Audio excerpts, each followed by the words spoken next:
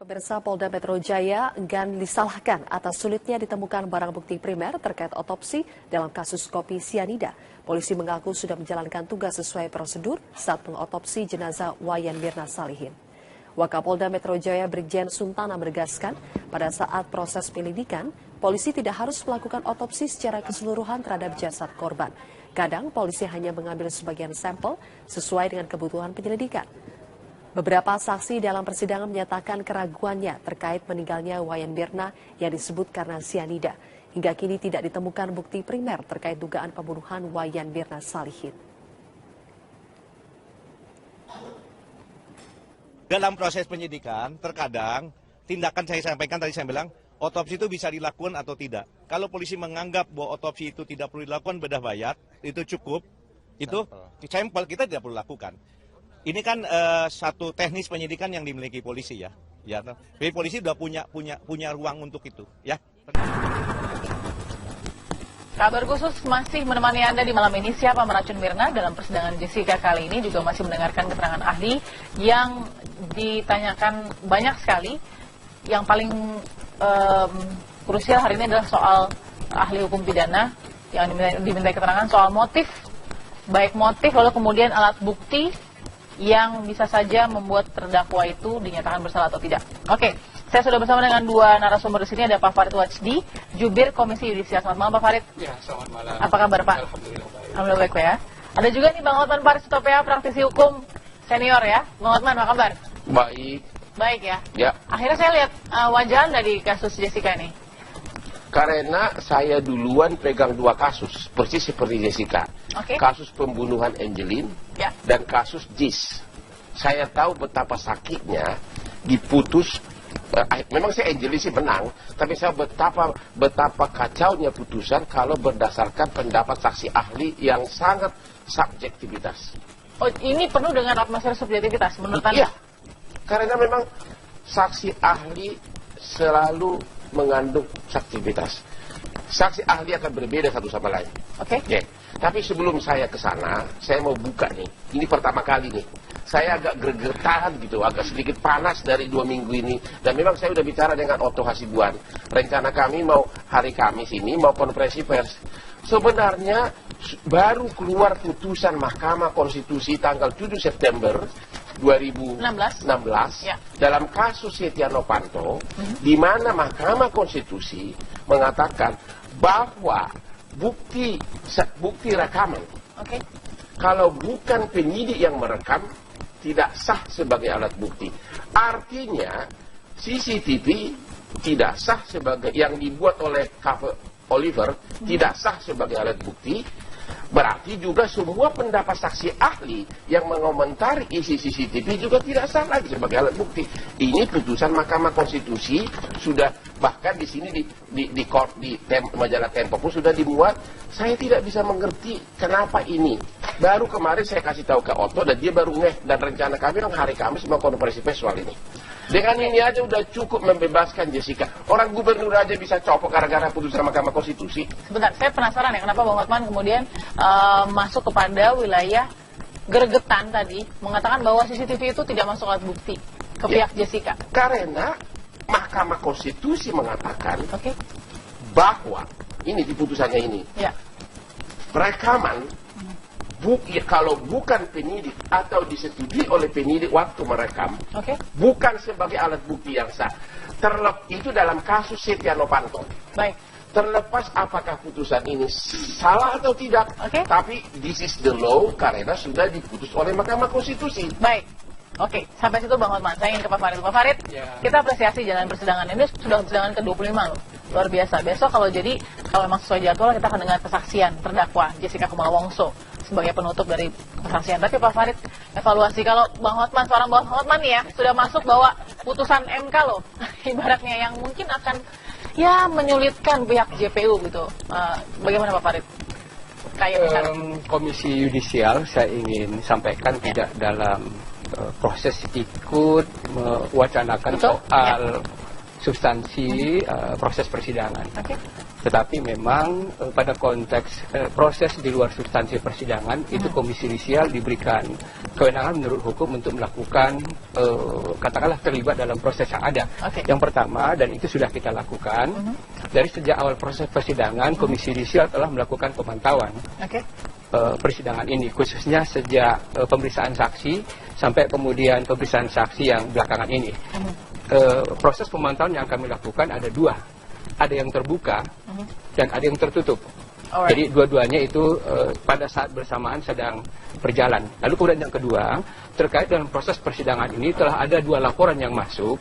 Hanya saja satu diantaranya telah dicabut oleh kuasa hukum Jessica terkait dengan laporan yang disampaikan terhadap majelis yang menangani perkara ini. Tapi masih ada satu laporan lagi, dan tentu karena ini proses persidangan masih berjalan, laporan kami tindak lanjuti dalam bentuk pemantauan. Dan itu tertutup? Dua-duanya berjalan. Pemantauan tertutup dan terbuka sekarang dua-duanya itu berjalan. Sejauh ini Pak Farid, hasil atau jalannya sidang apakah masih dalam prosedur yang tepat dan masih on the track? Nah, ini sebenarnya yang perlu mungkin disampaikan kepada publik. Yang pertama, jika dikaitkan dengan proses persidangan, kita melihatnya masih sesuai dengan norma Kitab Undang-Undang Hukum acara yang berlaku pada konteks bahwa ini adalah kasus pidana. Tetapi dalam sisi lain, misalnya menyangkut proses persidangan dengan peliputan yang luar biasa oleh media dikaitkan dengan perilaku hakim, maka hakim saya hanya memberikan pengantar di awal karena memang kami tidak boleh masuk lebih jauh ke dalam proses persidangan. Itu sebenarnya sangat mungkin berpotensi melanggar pasal 5 SKB 29 dan pasal 7 Peraturan Bersama Mahkamah Agung dan Komisi Yudisial, kaitannya dengan bahwa hakim dilarang berbicara, memberikan komentar atau pendapat di luar persidangan. Artinya maksudnya persidangan terbuka untuk publik ini? Nah, ini ada dilematis. Terkait dengan siaran yang begitu terbuka, masif seperti itu, dilema. Dilema pertama bahwa dari segi dalam perspektif publik bahwa ada akses informasi yang terbuka mungkin terpenuhi. Tapi dari sisi lain, pertama pemenuhan hukum acara. Saya nggak bisa bayangkan misalnya para saksi mestinya tidak boleh saling bertemu untuk mengetahui proses persidangan, untuk mengetahui apa pertanyaan, apa jawaban dari para saksi. Tapi fakta kemudian yang terjadi bahwa dengan sidang yang terbuka, para saksi meskipun tidak bertemu secara langsung, pada akhirnya saling mengetahui apa jawaban, apa pertanyaan dari para saksi ini. Padahal mestinya itu tidak dibenarkan. Jadi ada menyaksikan keterangan karena pengaruh-pengaruh dari terlalu terbuka. Sehingga muncul ada kalau persidangan tidak terbuka untuk umum, putusannya catat hukum, Pak. Nah, maka perbedaannya harus kita bedakan terbuka untuk umum dan disiarkan secara langsung, secara terus-menerus. Sampai sekarang tidak ada larangan memang diliput oleh TV. Nah, terkait dengan hal itu yang perlu dipahamkan bahwa tanggung jawab izin boleh atau tidak boleh dilakukan live, termasuk perekaman dalam video recorder misalnya, itu tergantung kepada kebijaksanaan, tergantung kepada ketua majelis yang tapi dalam jutaan kasus tidak pernah ada dasar hukumnya untuk melarang meliput TV, meliput persidangan. Ditambah satu lagi Pak Farid, kita tahu bahwa dari pihak penasihat hukum menggunakan copyright atau siaran yang dilakukan oleh beberapa media nasional untuk mengeluarkan sebuah komparasi bukti sesuai soal CCTV misalnya. Kalau terkait dengan jaksa dan penasihat hukum, bukan kewenangan Komisi Yudisial untuk menilainya. Tapi kembali kepada soal tadi, ini soal etika. Karena memang kami masuk pada wilayah etika. Maksud saya, saya ingin katakan Bang Hotman, yang saya katakan bahwa tergantung kepada majelisnya, khususnya pada ketua majelis. Artinya kalau majelis terbuka tidak masalah? Silakan, hanya saja ketua majelis tidak mungkin melarang sidang tidak terbuka dan diliput karena memang tidak ada larangan. Tidak ada larangan, Pak. Karena saya 30 tahun sidang pidana. Nggak ada larangannya, bagaimana? Mungkin pertanyaan yang sangat relevan sekarang adalah Bapak sebagai Komisi Yudisial, kalau ada putusan Mahkamah Konstitusi, apakah itu harus diikuti oleh semua penegak hukum? kami tidak mau Ini lebih jauh teoritis, karena Pak. substantif. Bukan, karena substansi tergantung kepada hakim.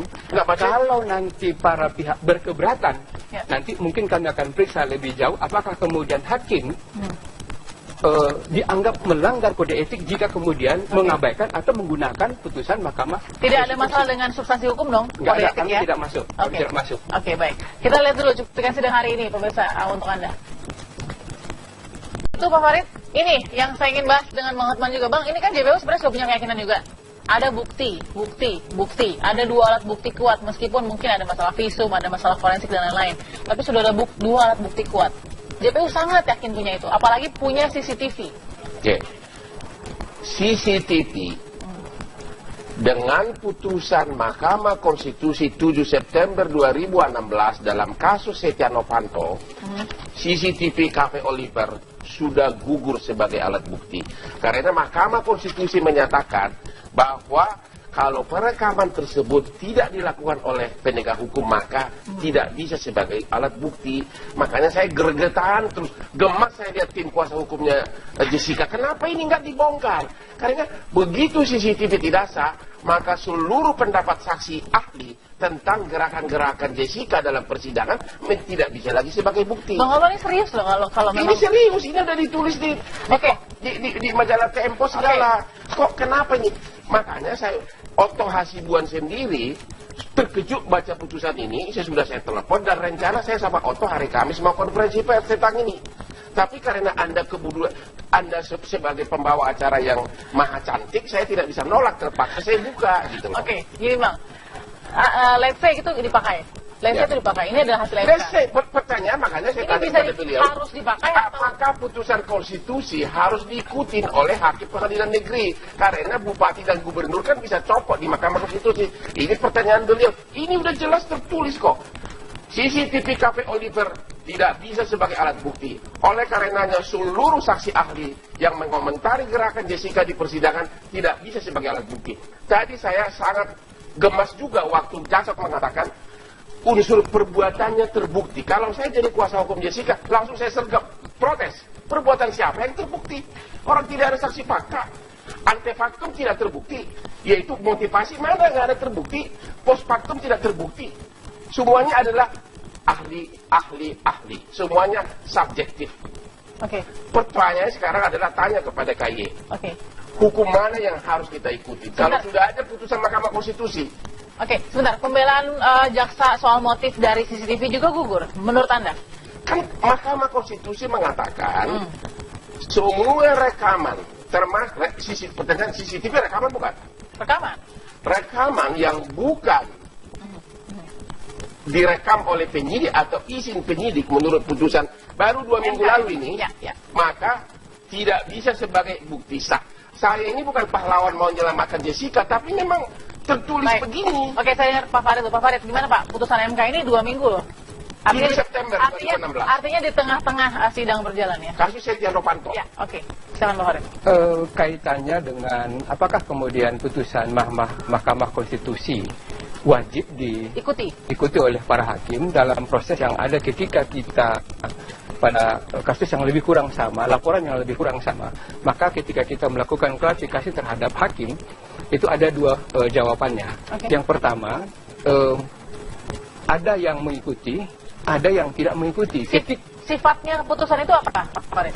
Sifat Nah, putusan MK itu ketika apa? kita tanya mengapa tidak mengikuti, maka jawabannya adalah putusan MK itu final, bukan mengikat.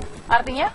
Final berarti proses hukum habis, nggak ada lagi upaya hukum, tetapi konsekuensi final bukan mengikat, bahwa putusan itu tergantung moral hukum para hakim mau ikut apa tidak. Berarti gubernur yang dipecat oleh Mahkamah Konstitusi tidak sah dalam pemilu, boleh tidak mengatakan, EGPD tetap gue jadi gubernur, begitu? Nah, ini yang dimasukkan dengan moral hukum. Oke. Moral hukum sangat tergantung kepada etika seorang penyelenggara negara, etika seorang hakim, karena sebenarnya, Bang, putusan Komisi Yudisial saja tidak semuanya dijalankan oleh Mahkamah Agung. Konon lagi dalam kasus yang lain misalnya, mereka punya persepsi bahwa final tapi tidak mengikat, sehingga ada yang ikut, ada yang tidak. Sesuai pertanyaan Dan itu adalah, sah ya? what is the law in this country? Jadi hukum mana? That's a good question, but you will have no answers for that. Tapi Okay, thank you very much. Tapi- Kasih saya honor pengacara, and then thank you. tapi gini Bang, Oke, adalah sebuah pengungkapan yang menarik ketika Abang bawa ini. Iya. Karena kan jadi pertanyaan. Tapi tadi Pak Farid juga mengungkapkan final, tapi tidak mengikat. Artinya ini bisa diikuti atau tidak diikuti. Artinya faktanya maksud saya, para hakim kemudian memahamkan bahwa ketika final tidak mengikat, jadi boleh diikuti, tapi boleh juga diabaikan karena memang banyak kasus-kasus yang dilaporkan ke Komisi Judisial pada konteks yang lebih kurang sama. Ketika ada putusan Mahkamah Konstitusi yang diabaikan oleh para hakim, begitu. Sesaat lagi kita saksikan dulu kabar terkini.